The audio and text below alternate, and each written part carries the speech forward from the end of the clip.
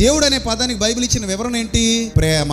God is love. ప్రేమ ఎవరిని ద్వేషించదు, ప్రేమ ఎవరికి కీడు చెయ్యదు, ప్రేమ ఎవరిని హింసించదు, ప్రేమ ఎవరిని ఇబ్బంది పెట్టదు కదా. మరి నిజంగానే నీకు దేవుడు అర్థమైతే దేవుడు సృష్టించిన సాటి మనిషిని కొడతావా? దేవుడు సృష్టించిన అదే సాటి మనిషిని ఇబ్బంది పెడతావా, హింసిస్తావా, బాధిస్తావా? అంటే అలా చెయ్యవు. నువ్వు అలా చెయ్యు. ఎందుకు? నీకు దేవుడు అర్థమయ్యాడు. దేవుడు అనే పదం అర్థమైంది. దేవుడు అంటే ఏంటని చెప్తున్నావు? ప్రేమ అని చెప్తున్నావు. అయితే ఈ దేవుడు ప్రేమయ్య ఉన్నాడు అనే విషయం అర్థమైనప్పుడు ఆ దేవుడిని పరీక్షించాలని నాలాంటోడు నీలాంటోడు అనుకున్నప్పుడు నేను దేవుడిని నమ్మానా నమ్మలేదా అంటే నేను నమ్ముతున్న విశ్వాసంలో నిజంగానే ఆ ప్రేమ కనబడుతుందా కనబడట్లేదా, ఆ ప్రేమ నాకు సాక్షాత్కరించిందా సాక్షాత్కరించలేదా, కీడు చేయని, అపకారము తలపెట్టని, ఇతరుల్ని హింసించని, ఇతరుల్ని బాధించని, ఇతరుల కొరకు ప్రాణమిచ్చే ఆ ప్రేమ నేను దేవునిలో చూస్తున్నానా చూడలేదా అనేది స్వయం పరిశీలన.